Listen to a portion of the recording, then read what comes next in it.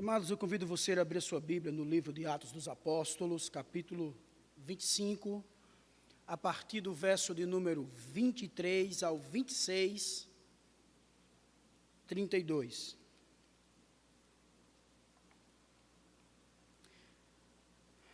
Nós vamos dar continuidade à série que estamos estudando, o livro de Atos.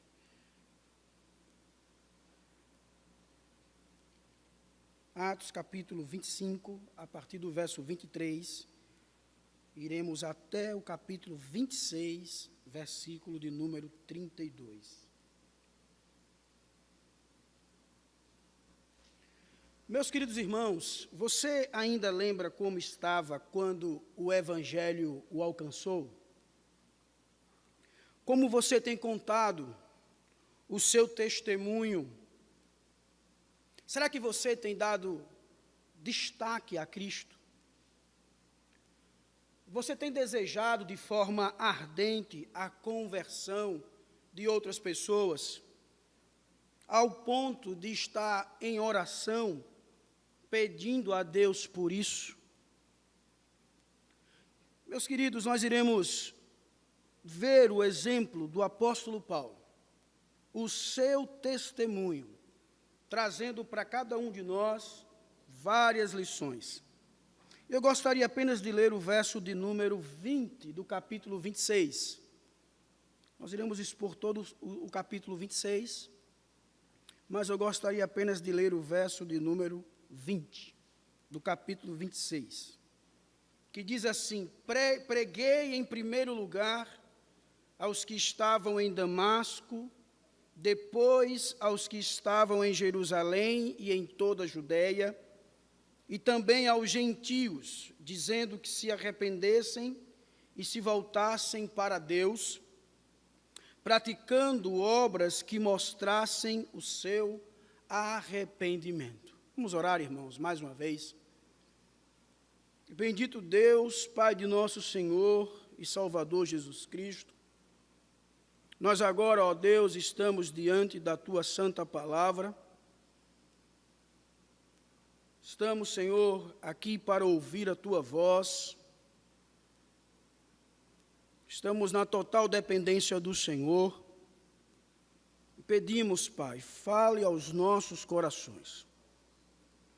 Ajuda-nos, ó Deus, a vivermos a Tua palavra, visando a Tua glória e o Teu louvor. É assim que oramos, Senhor, gratos a Ti, em nome do Teu Filho Jesus Cristo. Amém. Irmãos, a partir do verso 23 do capítulo 25, ainda diante do tribunal, no dia seguinte, o apóstolo Paulo é apresentado a Agripa e Berenice e demais oficiais daquela cidade. Paulo é apresentado como aquele que não deveria mais viver, de acordo com os líderes judeus. Consequentemente, meus irmãos, Festo, ele informa que não tinha provas para culpar o apóstolo Paulo, para condená-lo à morte. Mas ele ressalta que Paulo havia apelado ao imperador de Roma. Mesmo já decidido, irmãos, Festo, ele deveria ter informações de acusações para apresentar ao imperador um relatório do porquê Paulo estava sendo enviado a Roma. Ele não poderia enviar Paulo de qualquer jeito, de qualquer forma. Ele deveria ter um relatório. E com isso, irmãos, o Festo, ele pede ajuda a Agripa. E por que desta ajuda? Na semana passada, irmãos, nós vimos que Agripa II, filho de Agripa I, bisneto de Herodes o Grande, ele tinha um vasto conhecimento das questões judaicas. Então, Festo agora, ele fica no aguardo de que Agripa possa lhe fornecer a solução deste problema. Festo espera que, ao término dessa investigação, depois do discurso de Paulo e da avaliação de Agripa, ele possa ter material substancial para escrever o seu relatório. E aí, irmãos, Paulo passa a ter permissão para falar em sua defesa. Meus queridos, nós veremos aqui um homem que, ao ter a oportunidade, ele deu seu testemunho sobre o verdadeiro Evangelho. O nosso testemunho deve ser também sobre a verdade do Evangelho. Como podemos fazer isso? Observemos, irmãos, o apóstolo Paulo. Percebam que, em primeiro lugar, Paulo, ele relembra o passado. Isso você vai encontrar em Atos 26, do verso 1 ao verso de número 11. Paulo, agora ele recebe a autorização para falar. Agripa, irmãos, informa que é permitido que o apóstolo venha iniciar a sua defesa. Então é-nos dito no verso 1 que Paulo, ele acena com a sua mão. Esse gesto era um gesto comum dos oradores da época, como também traz a indicação que o apóstolo Paulo, as suas palavras seriam de uma defesa exclusivamente do Evangelho. Irmãos, quando olhamos para o texto, percebemos uma coisa. Após essa permissão, nos é informado que Paulo ele estava feliz. Você vai ver isso nos versos 2 e 3. Rei Agripa, Paulo se dirigindo ao rei, considero-me feliz por estar hoje em tua presença, para fazer a minha defesa contra todas as acusações dos judeus, e especialmente porque estás bem familiarizado com todos os costumes e controvérsias deles. Portanto, peço que me ouças pacientemente. A alegria de Paulo, irmãos, aqui era pelo fato de ter agora a oportunidade de testemunhar a alguém que conhecia a lei e a tradição judaica. Paulo, ele está feliz por esta oportunidade. Então, irmãos, sabendo disso, ele começa a sua defesa relatando o seu passado. Ele traz aos ouvintes daquela audiência quem ele era, antes de ter um encontro com Cristo. Ele nos diz o seguinte, nos versos 4 e 5. Todos os judeus sabem como tenho vivido desde pequeno, tanto em minha terra natal como em Jerusalém. Eles me conhecem há muito tempo e podem testemunhar, se quiserem, que como fariseu, vivi de acordo com a seita mais severa da nossa religião.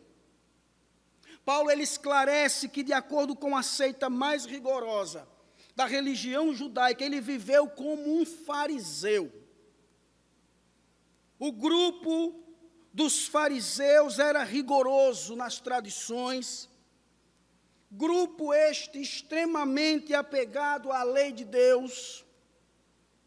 Um comentarista nos diz, irmãos, que Paulo disse basicamente: eu não sou um saduceu liberal ou um filósofo helenista, como alguns judeus da dispersão, propagadores de novas ideias e conceitos filosóficos, e sim um fariseu, seguidor do partido mais tradicional e conservador, conhecido por sua história e zelo no judaísmo.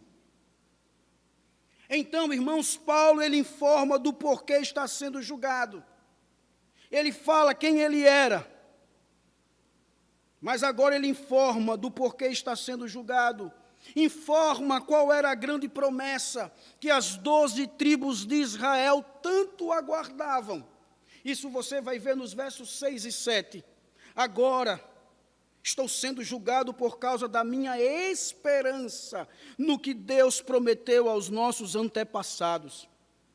Esta é a promessa que as nossas 12 tribos esperam que se cumpra, cultuando a Deus com fervor dia e noite.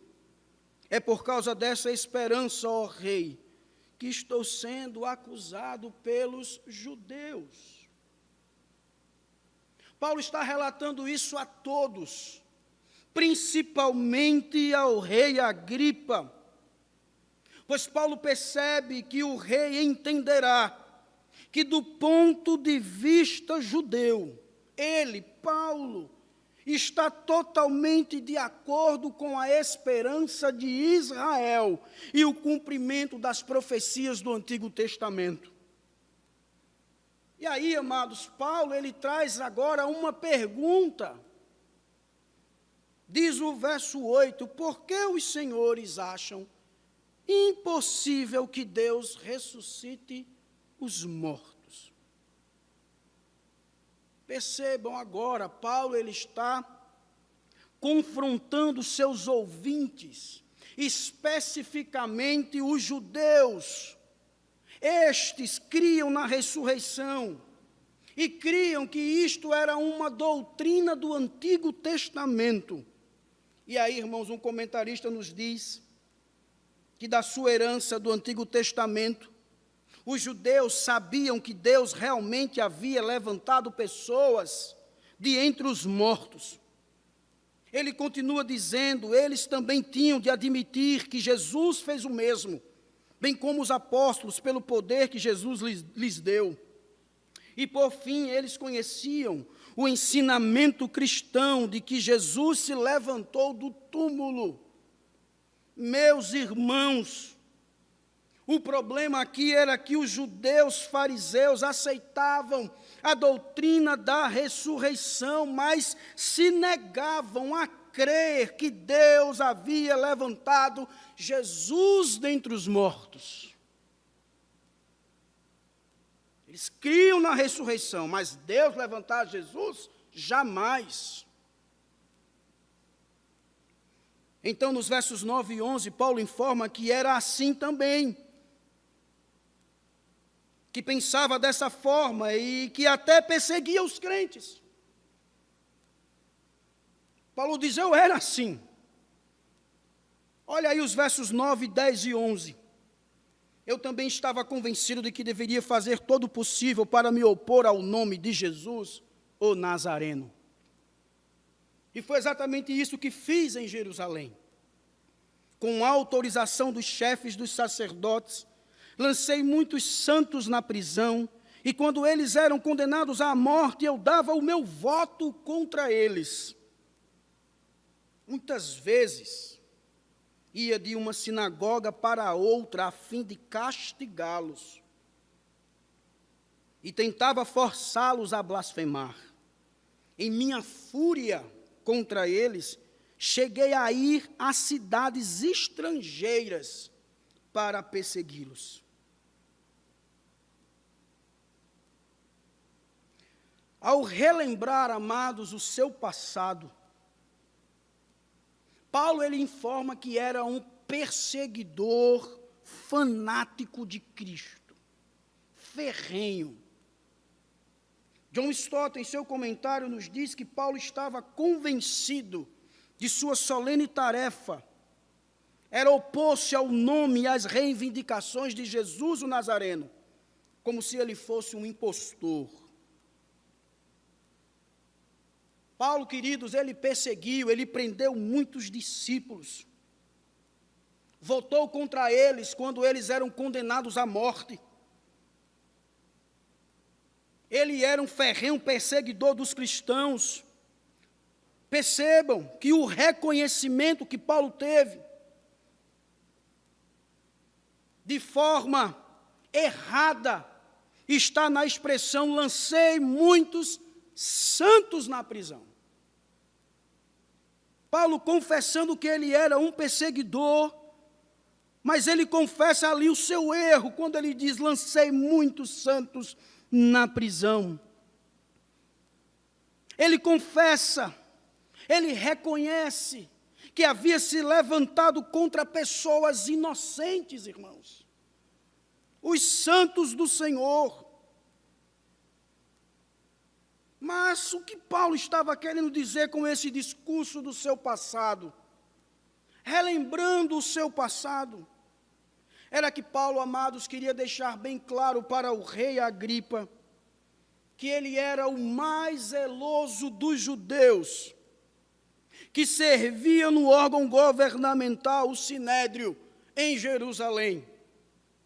Paulo, ele confessa que tinha muita raiva dos seguidores de Jesus, ao ponto de forçá-los a blasfemar. Meus amados, que oportunidade essa de Paulo, de poder falar do verdadeiro evangelho, de testemunhar a respeito de Cristo. Observem, diante desta situação de encarceramento, de prisão, de algemas, Paulo prega o evangelho. Paulo estava feliz por ter um ouvinte influente que conhecia os costumes judaicos, mas também feliz por poder testemunhar sobre a verdade do evangelho. Como tem sido o nosso testemunho, meus irmãos, diante de situações difíceis. Temos tido essa postura de Paulo. Temos aproveitado os momentos para falarmos sobre o verdadeiro evangelho. Nos momentos de provações, de dificuldades, nós temos aproveitado esses momentos para pregar o evangelho, ou temos nos misturado, ou temos nos deixado levar pela situação. Falar, irmãos, do verdadeiro evangelho, se faz necessário lembrarmos também do nosso passado. Mesmo que esse passado seja um passado resolvido por Cristo, é importante trazermos à memória. Por quê? Penso eu, meus irmãos, que lembrando do meu passado, passo a entender que de fato não mereço nada da parte de Cristo. Que fui um pecador perdido, vivendo no lamaçal do pecado, apegado às tradições, apegado à religião, indo rumo ao inferno, e por que não dizer, um perseguidor dos crentes. Mas, irmãos, relembrar do passado também me faz ver o tão grande amor que Deus tem por mim, em me escolher, em me predestinar, me adotar como filho, por meio do seu Filho Jesus Cristo. É basicamente aquele texto que estudamos em Efésios 1, do 4 ao 6, porque Deus nos escolheu nele antes da criação do mundo, para sermos santos e irrepreensíveis em sua presença. Em amor, nos predestinou para sermos adotados como filhos, por meio de Jesus Cristo, conforme o bom propósito da sua vontade, para o louvor da sua gloriosa graça, a qual nos deu gratuitamente no amado. Olhando para o meu passado, irmãos, eu me vejo um pecador miserável, mas me vejo um salvo em Cristo Jesus. É isso que nós precisamos relembrar, irmãos. É isto que o apóstolo Paulo aqui está relembrando, quem ele era, um perseguidor ferrenho de Cristo, mas também agora ele era um salvo em Jesus. Por isso, irmãos, este pronunciamento do apóstolo Paulo perante Agripa é um modelo de testemunho cristão. É um relato sincero acerca de quem ele havia sido no passado. Nós precisamos, em certos momentos da nossa vida, passarmos por isso. Trazer à memória. Mas sei que você, em seu passado, não fez nada disso. Não perseguiu cristãos, não se rebelou contra a vontade de Deus, sempre viveu em um lar cristão e foi ensinado a doutrina. Desde pequeno você foi ensinado a amar a Deus, a confiar nele, mas eu quero dizer a você, você era um perdido, você era um depravado e que precisou de um momento único para entender que era um miserável pecador e que precisava de Cristo. Que só Cristo, e não seus pais, não a igreja dos seus pais, não a tradição poderiam dar a garantia de uma vida eterna. É isso que você deve testemunhar. Um certo homem escreveu sobre a sua conversão, e ele disse em seus escritos que costumava orar 5 vezes por dia, em segredo, e gastar muito tempo em conversa religiosa com outros meninos, e costumava a se encontrar com eles para orarem juntos. Ele não sabia que tipo de prazer havia experimentado nessa religião. Ele confessa que sua mente estava muito engajada nisso, que tinha um prazer muito hipócrita, e era esse seu prazer que abundava nos deveres religiosos. Então, irmãos, este homem chamado Jonathan Edwards, ele nos diz que mais no decorrer do tempo as minhas convicções e afeições desvaneceram e eu perdi completamente todos esses afetos e prazeres e abandonei a minha oração secreta, pelo menos em relação a qualquer realização constante disso. Voltei como um cão ao seu vômito e voltei aos caminhos do pecado. Relatando o seu testemunho, irmãos, e relembrando o seu passado, ele chegou ao pensamento que muitos são enganados com tais afeições e com tal espécie de prazer na religião e passam a confundir tudo isso com a graça de Deus.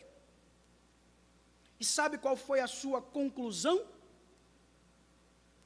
Ele precisou ter um encontro verdadeiro com Cristo. Todos nós precisamos ter esse encontro. Sempre e em todas as circunstâncias, e especialmente nas que são inesperadas e as frustrantes, esteja pronto para dar testemunho. Paulo aqui estava seguindo as orientações do próprio Jesus, que disse lá em Lucas capítulo 21, versos 12 e 13. Mas antes de tudo isso, prenderão e perseguirão vocês. Então os entregarão às sinagogas e prisões, e vocês serão levados à presença de reis e governadores, tudo por causa do meu nome. E aí ele diz, será para vocês uma oportunidade de quê, irmãos? De dar testemunho. Paulo iniciou o seu testemunho relembrando o seu passado, quem ele era e o que ele havia feito. E dando continuidade, irmãos, no seu testemunho, Paulo agora destaca Cristo. Você vai encontrar isso em Atos 26, do verso 12 ao verso 23.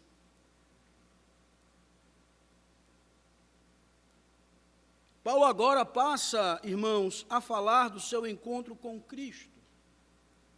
Percebam, ele agora passa a narrar algo que mudou a sua vida. Onde ele era um perseguidor feroz do cristianismo, agora ele passa a ser um promotor da fé cristã. Vejamos nos versos 12 ao 14. Numa dessas viagens, eu estava indo para Damasco, com autorização e permissão dos chefes dos sacerdotes.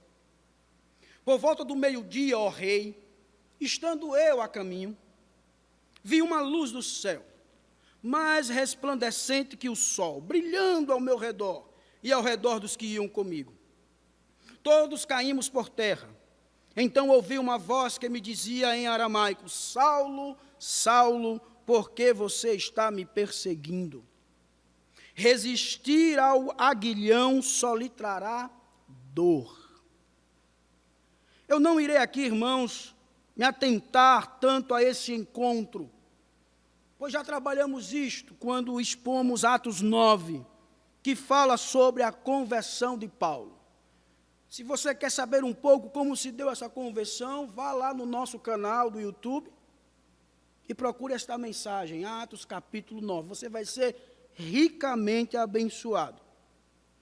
Mas o que podemos enfatizar, o que eu quero enfatizar, é que ele sempre tinha em seu coração o ardor de falar de Jesus, de falar de Cristo. E que seu encontro com o Senhor foi algo assim, irmãos, extraordinário. Ele fala da luz, da voz que ouviu, da sua comissão e da sua missão.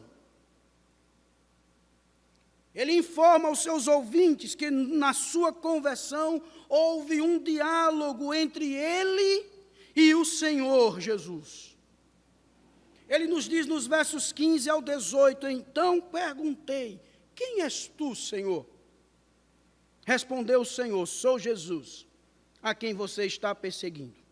Agora, levante-se, fique de pé. Eu lhe apareci para constituí-lo servo e testemunha do que você viu a meu respeito e do que lhe mostrarei.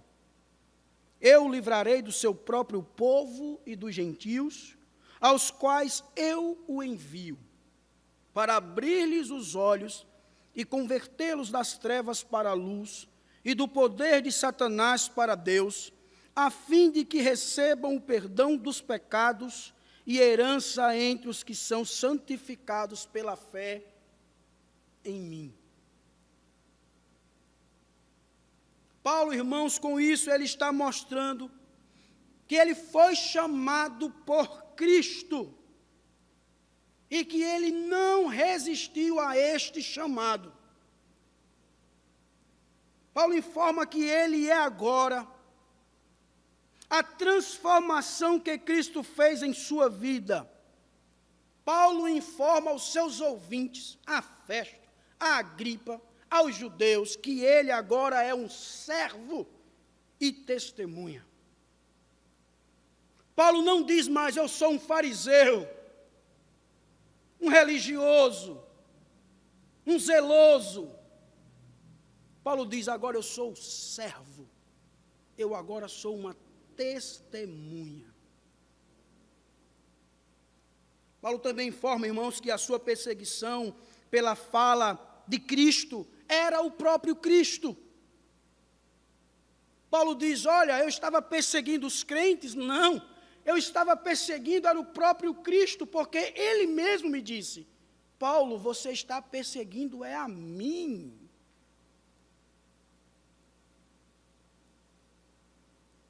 Percebam, irmãos, Paulo aqui está enfatizando a sua comissão, a sua missão, pregar Cristo, anunciar o Evangelho a judeus, a gentios. Ele está obedecendo ao chamado do Senhor. Olha o verso 19 e 20, assim, rei Agripa, não fui desobediente à visão celestial. Preguei em primeiro lugar aos que estavam em Damasco, depois aos que estavam em Jerusalém e em toda a Judéia, e também aos gentios, dizendo que se arrependessem e se voltassem para Deus, praticando obras que mostrassem o seu arrependimento. Com isso, o motivo de sua prisão realmente é informado ao rei Agripa. Verso 21, por isso, os judeus me prenderam no pátio do templo e tentaram matar-me. Paulo informa ao rei Agripa o motivo de sua prisão. Mas Paulo também informa, meus queridos irmãos, que diante dessa situação ele não está sozinho. E ele não perde tempo se lamentando, viu, irmãos? Paulo prega a mensagem de Cristo. Ele nos diz nos versos 22 e 23, mas tenho contado com a ajuda de Deus até o dia de hoje. E por esse motivo, estou aqui e dou testemunho tanto a gente simples como a gente importante. Paulo não fazia acepção de ninguém. Pregava a gente simples e a gente importante. O que Paulo tinha em mente era: eu preciso testemunhar a respeito de Cristo. Não importa se eu estou diante do analfabeto ou de um culto, eu tenho que pregar Cristo. Este é o meu objetivo, este é o meu chamado. Não estou dizendo nada além do que os profetas e Moisés disseram que havia de acontecer. Verso 23, que o Cristo haveria de sofrer, e sendo o primeiro a ressuscitar dentre os mortos, proclamaria luz para o seu próprio povo e para os gentios. Paulo, ele foi obediente. Paulo obedeceu à visão celestial. Paulo, ele anunciou o evangelho por onde ele passou, Damasco, Jerusalém, Judeia, aos gentios. Por onde ele passou, anunciou o evangelho com a pregação de arrependimento e salvação em Jesus Cristo. Meus irmãos, Paulo não perdia tempo. E aí eu pergunto, estamos pregando Cristo?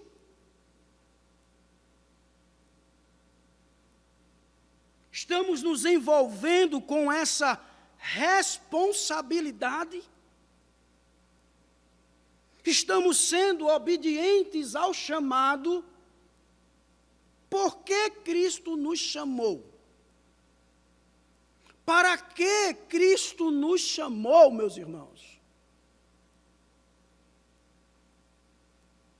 Percebo que estamos envolvidos com tantas coisas, sejam elas no trabalho, em casa, na igreja, mas de maneira geral, irmãos, esse compromisso de testemunhar, de pregar Cristo, de evangelizar, tem sido muito negligenciado.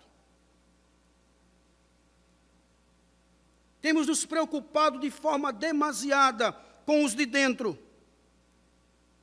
E eu sei que isso é importante, cuidar um dos outros, dos de dentro. Mas a nossa tarefa principal, meu amado irmão, é pregar o evangelho, é falar de Cristo às nações. Quantas pessoas nós abordamos que não são crentes e testemunhamos o evangelho para elas?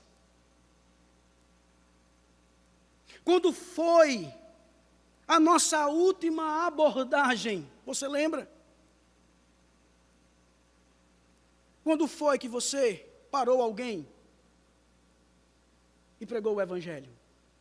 Quando foi isso?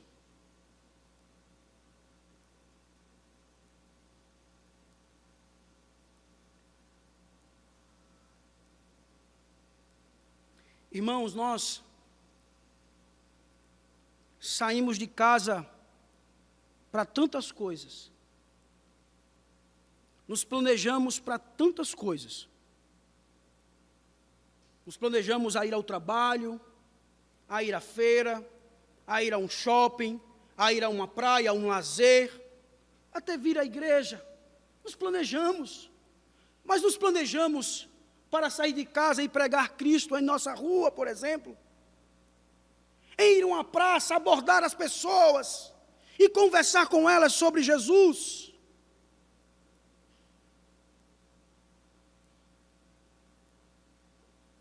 Nos preocupamos em nos exercitar, em ter um bom corpo, em emagrecer, Isso é bom, meus irmãos. Não sou contra isso.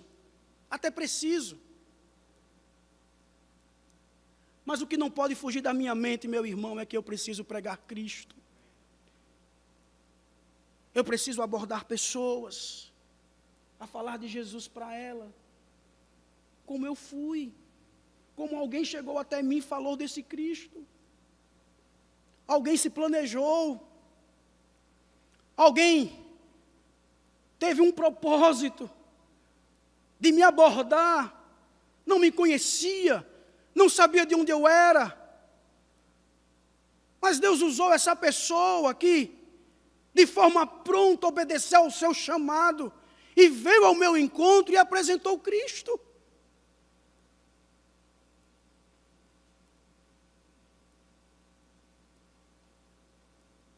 Irmãos, eu lembro dos príncipes dos pregadores, Charles Spurgeon, que em uma palestra aos alunos de uma faculdade de pastores, ele reconheceu a conveniência de se tentar transformar, ajudar aqueles que tinham uma doutrina distorcida, como, por exemplo, mostrar a um arminiano a enxergar que a salvação é totalmente pela graça. Mas ele disse o seguinte aos seus alunos: nosso grande objetivo não é a reversão de opiniões, e sim a regeneração das naturezas. Devemos trazer homens a Cristo e não aos nossos pontos de vista particulares a respeito do cristianismo. Fazer prosélitos é algo que cabe aos fariseus. Regenerar homens para Deus é a meta honrada dos ministros de Cristo. E eu vou além, irmãos, de todo cristão, de todos nós. Eu falo isso, meus queridos, porque o fato de termos esse comportamento está entrelaçado ao nosso testemunho. Paulo não perdeu tempo com outras coisas. Ele, em seu testemunho, pregou Cristo. Por este motivo estou aqui e dou testemunho tanto a gente simples como a gente importante, que o Cristo haveria de sofrer e, sendo o primeiro a ressuscitar dentre os mortos, proclamaria luz para o seu próprio povo e para os gentios.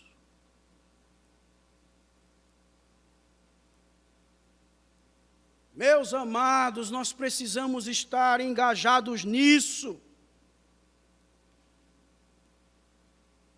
Nós temos que pregar Cristo, testemunhar Cristo. E quanto mais claramente tivermos assimilado o Evangelho, tanto mais apaixonados haveremos de nos entregar a essa prioridade. Não fuja dessa prioridade. Não permita que essa prioridade seja ofuscada. Você foi chamado para ser uma testemunha de Cristo, para pregar Cristo, proclamar luz para o seu próprio povo e para os gentios. Como diz John Piper em seu livro, Missões e Evangelização, ele nos diz pregar Cristo, ou melhor, ele nos diz, nossa missão jamais deve ser apenas uma missão de venha e veja. Ela tem de ser vá e fale. Nós não podemos, irmãos, esperar que as pessoas venham e vejam. Nós devemos ir e falar. Vá e fale. O próprio Paulo disse isso, irmãos. Em 2 Coríntios, capítulo 4, verso 4. Deus desta era cegou o entendimento dos descrentes para que não vejam a luz do evangelho da glória de Cristo, que é a imagem de Deus. Isso deve nos mover e entender que Cristo deseja que essa cegueira seja curada.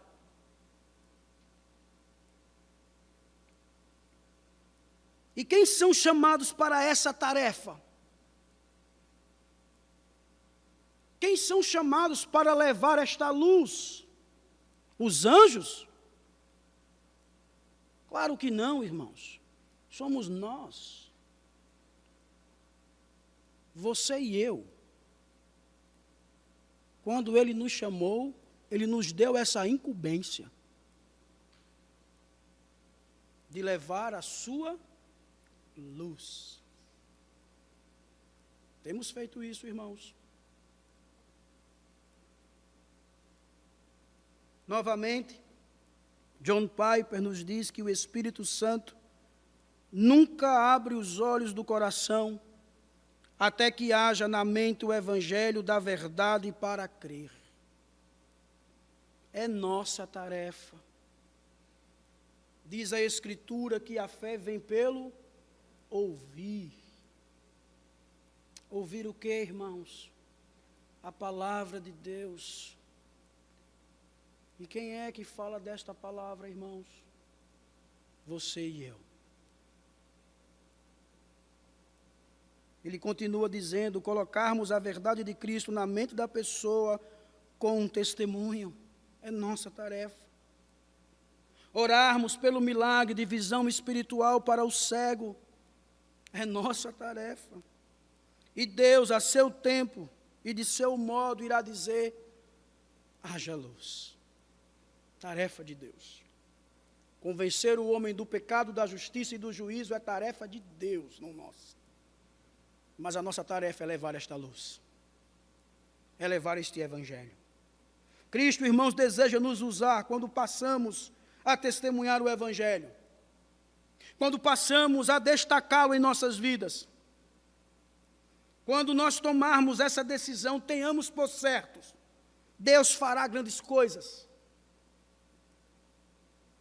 O reverendo Paulo Anglada nos disse o seguinte, ele irá resgatar das trevas, da ignorância espiritual, aqueles que se encontram sob o domínio de Satanás, e transportá-los para o reino de Deus, convertendo-os dos seus pecados mediante a fé salvadora em Cristo, pelo Espírito Santo, por meio da pregação do Evangelho. Paulo, meus amados, com todo o seu fervor, testemunhando a respeito de Cristo, diz o texto que ele é interrompido por Festo. E em resposta a esta interrupção do rei, Paulo, ele confia em Deus. Vejamos isso, irmãos, nos versos 24 ao verso de número 32.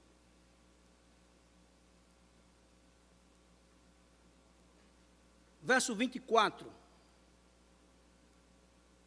Olha a interrupção. A esta altura, Festo interrompeu a defesa de Paulo e disse em alta voz, você está louco, Paulo. As muitas letras o estão levando à loucura. Para o governador, irmãos, Paulo tinha perdido o juízo. Um doido.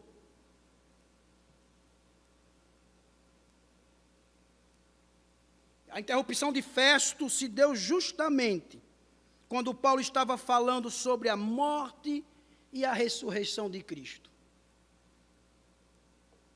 Logo agora, acho que Paulo estava tomando gosto. Aí vem Satanás e diz, você é doido, usando um deles. Você é louco. Um comentarista nos diz que essa interrupção de Festo se deu pelo fato dele não ter nenhum conhecimento e nem tinha qualquer interesse na teologia judaico-cristã. Para ele, as palavras de Paulo não tinham significado nenhum. Percebam, irmãos, Festo, diz o texto, ele grita. É em alta voz. Você está louco, Paulo. Festo queria envergonhar Paulo. Deixar Paulo no chão, diante de todos. Esse aí é um doido. Ele não falou baixinho para Paulo. Paulo, vem cá, Paulo. Paulo. Ele gritou, Paulo, você é um louco. As muitas letras o estão levando à loucura. Mas sabe qual foi a resposta de Paulo, irmãos? Paulo foi, assim, de uma compostura, de uma dignidade. Olha os versos 25 e 26. Respondeu Paulo, não estou louco, excelentíssimo Festo. Paulo não disse assim, louco é você. Você que é um louco. Paulo não discutiu com Festo. Não quis brigar. Que é isso, rapaz? Me chamando de doido, de louco. Fazemos assim às vezes, né, irmãos? Mas Paulo chega para ele e diz, não estou louco, excelentíssimo Festo. O que estou dizendo é verdadeiro e de bom senso. O rei está familiarizado com essas coisas e lhe posso falar abertamente. Estou certo de que nada disso escapou do seu conhecimento, pois nada se passou no lugar qualquer. Paulo afirma que ele não havia perdido o juízo, que ele havia proferido palavras verdadeiras e de bom senso. Meus queridos, essas palavras do apóstolo Paulo podem ser loucura para os que estão cegos e perdidos, mas para aqueles que estão já com seus olhos abertos pelo Evangelho, é poder e sabedoria de Deus. Respondendo a Festo, Paulo também se dirige para o rei Agripa e diz no verso 27, Rei Agripa, crês nos profetas? Eu sei que sim. Irmãos, um comentarista também nos diz que Agripa ficou desmontado com esta pergunta de Paulo. Ficou embaraçado demais para uma resposta direta a uma pergunta direta. Ele ficou orgulhoso demais para permitir que alguém dite o assunto do diálogo. Por isso, Agripa responde a Paulo no verso 28, você acha que em tão pouco tempo pode convencer-me a tornar-me cristão? Você acha que vai ser assim? Tão fácil?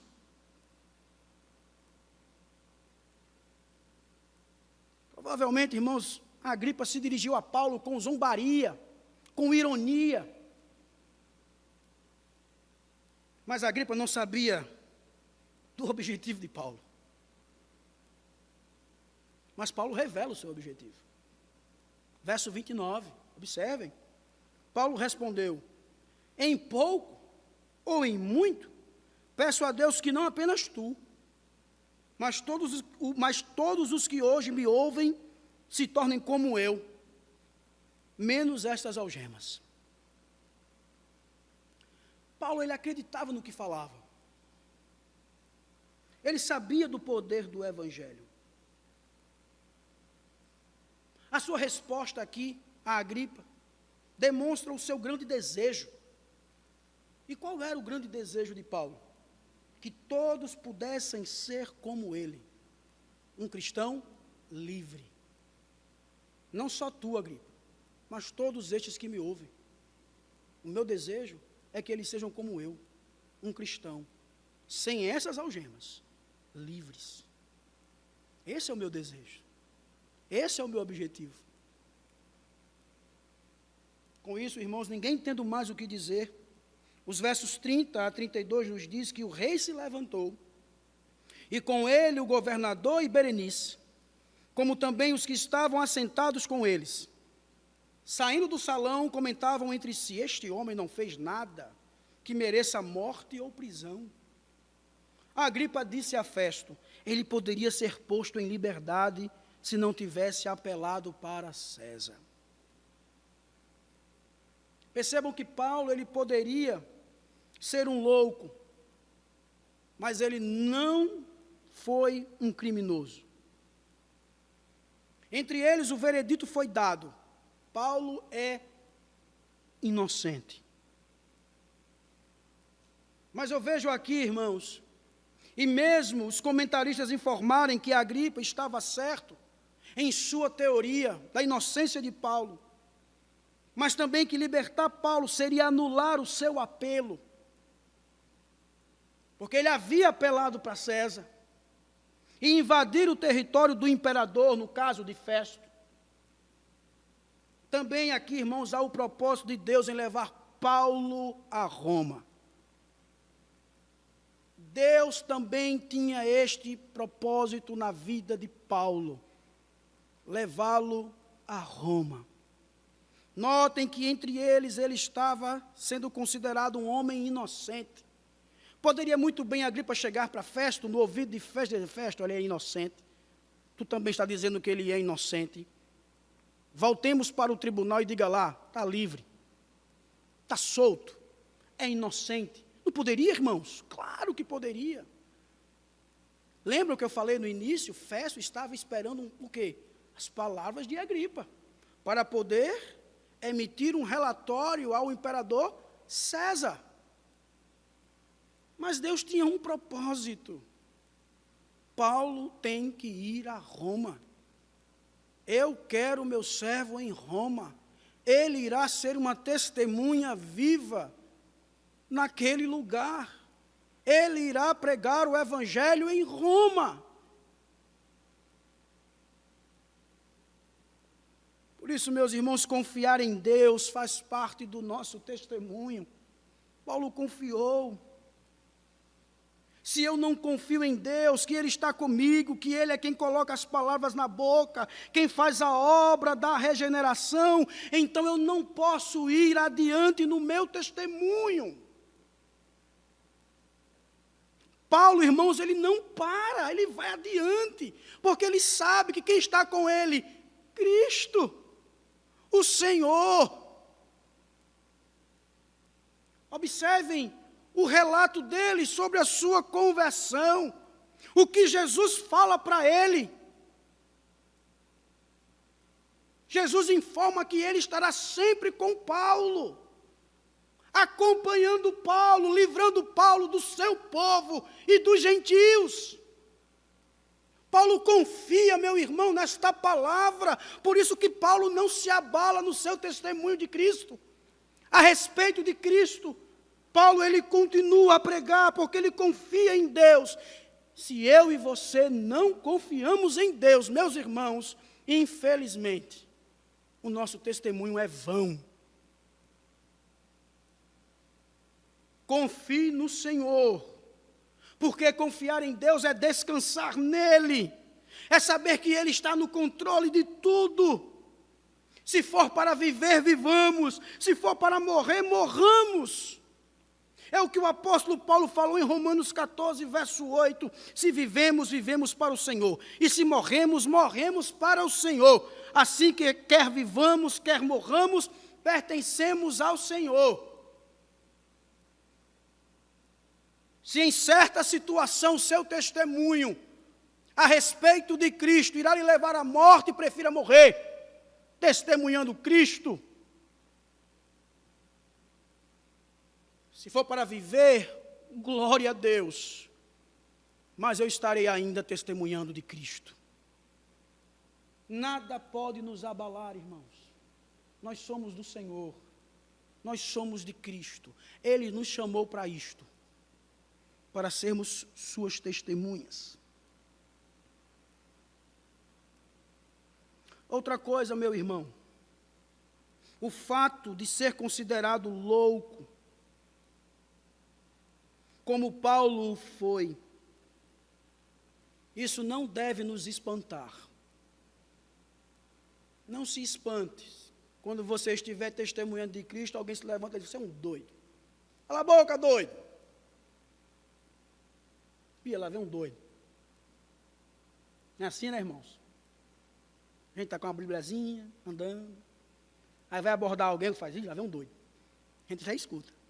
A gente vai. Isso não deve nos espantar. Nós não devemos ter medo com relação a isso. O Evangelho, irmãos, quando passarmos a testemunhá-lo, sempre será loucura. Será insanidade para o mundo. É o que em 1 Coríntios, capítulo 1, versos 21 ao 24, nos diz. Visto que, na sabedoria de Deus, o mundo não conheceu por meio da sabedoria humana, agradou a Deus salvar aqueles que creem por meio da loucura da pregação. Os judeus pedem sinais miraculosos e os gentios gregos procuram sabedoria.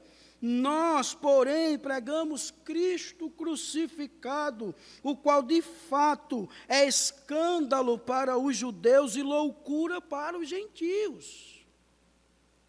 Mas para os que foram chamados, tanto judeus como gentios, ou como gregos, Cristo é o poder de Deus e sabedoria de Deus. O mundo sempre vai considerar que somos loucos, que as nossas palavras são palavras de loucura. Mas Cristo nos avisou sobre isso, irmãos. O apóstolo Paulo nos avisou sobre isto. Por isso não se espante. Muitos irão reagir assim como Festo, quando você e eu passarmos a testemunhar o verdadeiro Evangelho. Mas eu não posso ficar intimidado por isso. Eu tenho que continuar pregando a verdade. O nosso objetivo, irmãos, é que aqueles que nos ouvem venham chegar, de acordo com a vontade de Deus, ao conhecimento da salvação em Cristo e entender o mundo ao seu redor à luz da verdade de Deus. Esse deve ser o nosso objetivo. Outra coisa, meu irmão, não vivemos um cristianismo oculto. Paulo respondeu isso a Agripa.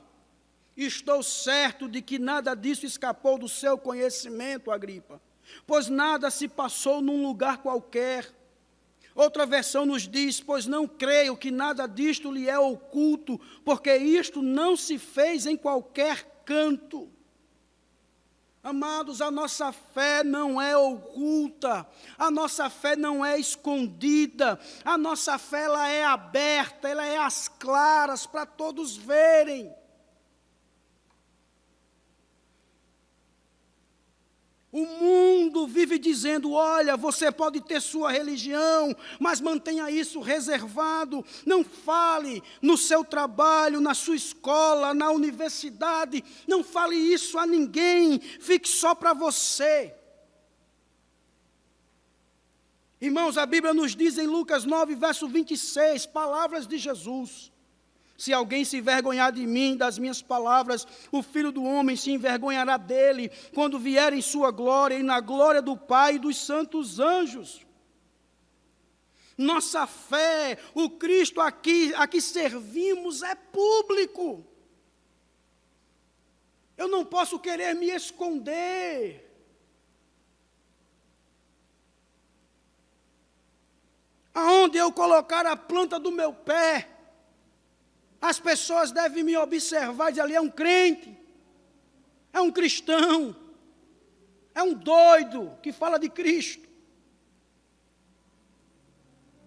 Eu não posso querer me esconder. Eu não posso querer esconder, irmãos, nos lugares que eu vou, o fato de eu ser pastor. Eu digo mesmo, quem você é, meu irmão? Pastor. Mas sou pastor presbiteriano, tá? Presbiteriano, mas sou pastor. Eu não digo que sou outra coisa. Seja para fazer um cadastro, preencher um formulário, tem lá, sua função, eu boto pastor. Porque foi para isso que eu fui chamado. Se pudesse colocar crente, eu colocaria crente, cristão, lavado e remido pelo sangue do Cordeiro, mas eu colocava. Nós não podemos esconder isso, meus queridos. Sabe por quê? Porque o próprio Jesus foi morto publicamente. Jesus ressuscitou e apareceu publicamente, mais de 500 pessoas de uma só vez o viram. Nós não podemos esconder esta verdade. Nós não podemos esconder, irmãos, esta fé que temos. Nós devemos mostrá-la ao mundo. Mas uma outra lição de Paulo nos traz aqui, muito importante, algo muito importante. Não importava a situação em que Paulo estava enfrentando, ele estava em oração evangelística. Vejam, Paulo colocou para fora aquilo que estava em seu coração. Ele disse: ó rei, todos que hoje me ouvem se tornassem tais qual eu sou, um cristão livre.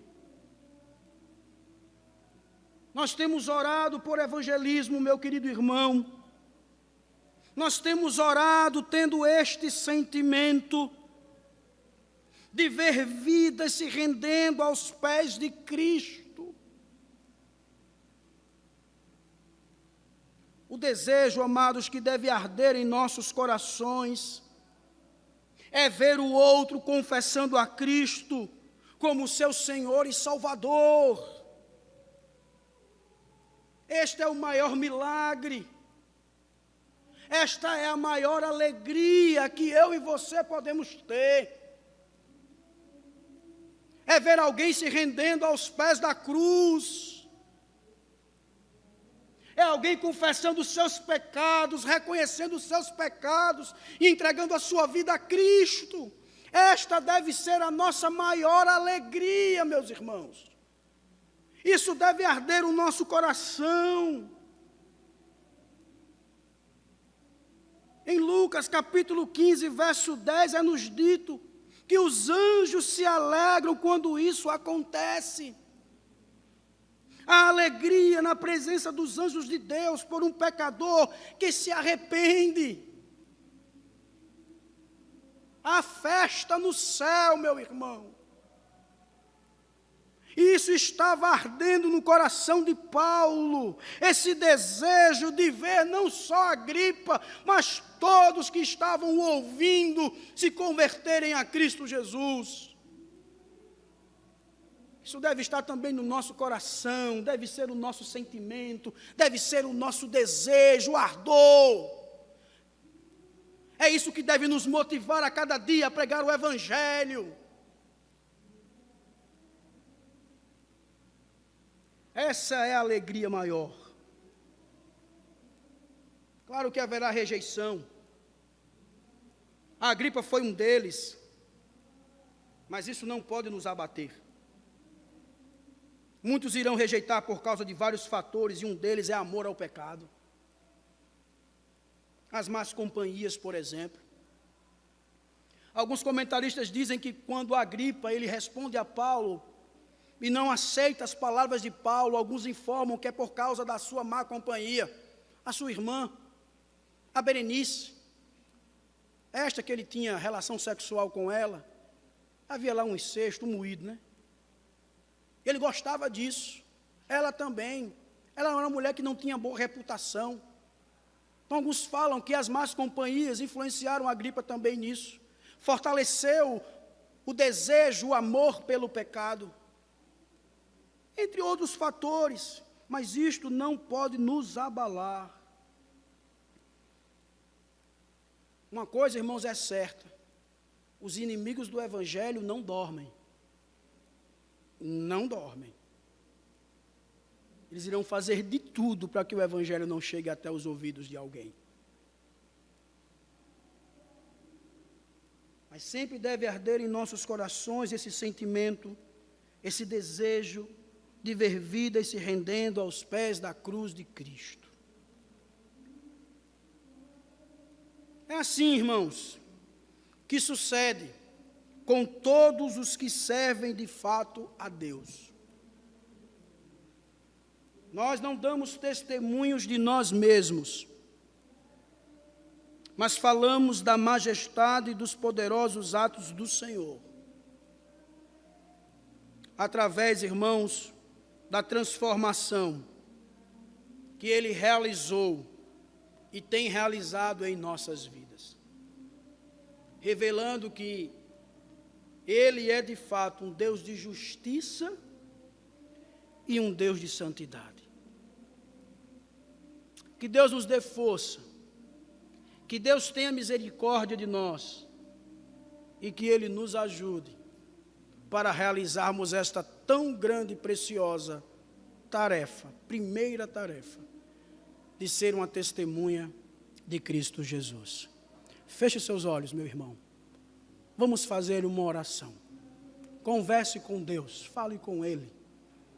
Se você não tem sido assim, peça perdão ao Senhor. Peça misericórdia a Ele, graça, força. E diga: Senhor, eu quero ser uma testemunha viva. Eu quero, Senhor, pregar o Teu Evangelho. Não quero mais me embaraçar com qualquer coisa. Mas eu quero, Senhor, é pregar o Teu Evangelho aonde eu estiver. Que isto seja prioridade na minha vida.